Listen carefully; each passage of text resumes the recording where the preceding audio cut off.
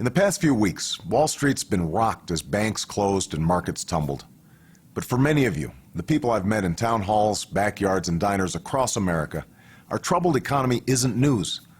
600,000 Americans have lost their jobs since January.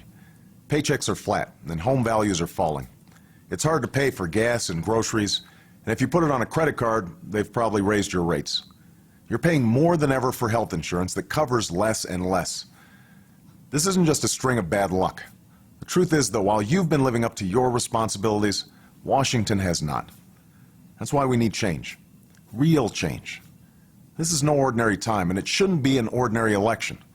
But much of this campaign's been consumed by petty attacks and distractions that have nothing to do with you or how we get America back on track. Here's what I believe we need to do. Reform our tax system to give a $1,000 tax break to the middle class instead of showering more on oil companies and corporations that outsource our jobs. End the anything goes culture on Wall Street with real regulation that protects your investments and pensions. Fast-track a plan for energy made in America that will free us from our dependence on Mideast oil in 10 years and put millions of Americans to work. Crack down on lobbyists once and for all, so their backroom deal-making no longer drowns out the voices of the middle class and undermines our common interests as Americans. And yes, bring a responsible end to the war in Iraq, so we stop spending billions each month rebuilding their country when we should be rebuilding ours. Doing these things won't be easy, but we're Americans. We've met tough challenges before, and we can again. I'm Barack Obama. I hope you'll read my economic plan. I approve this message because bitter partisan fights and outworn ideas of the left and the right won't solve the problems we face today, but a new spirit of unity and shared responsibility will.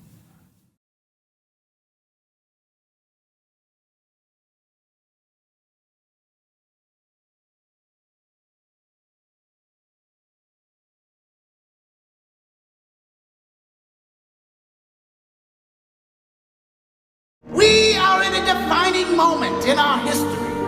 Today, the nation is in peril.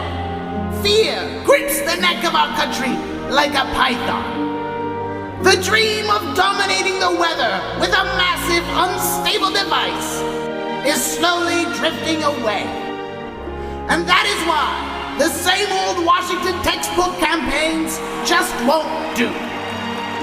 That is why telling the people of America what they want to hear instead of what I want them to hear just won't do. I don't want to pit a red America versus a blue America.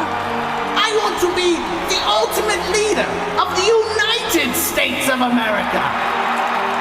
So give me a vote, or I will flood this auditorium with a poisonous nerve gas!